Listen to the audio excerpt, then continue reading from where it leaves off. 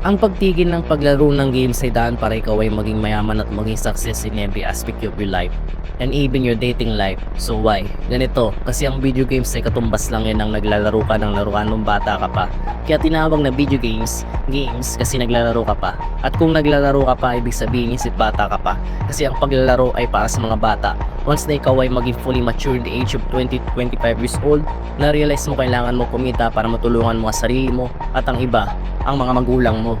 Kasi ang games is a waste of money and time. Gastos ka ng gastos sa load at sa babayaran mo in-game, at kahit na hindi ko gumastos sa ang oras mo. Kasi ang oras mo is supposed to be used sa mga bagay na pakinapakinabang, tulad ng paano kumita ng pera online, at sa pamamagitan ng pagtigil mo sa paglaro ng games, may mas oras ka pa para mag-ipon, magtrabaho, mag-aral at gawin mo ang passion mo. Play the game of real life with real achievements than playing games with nonsense achievements.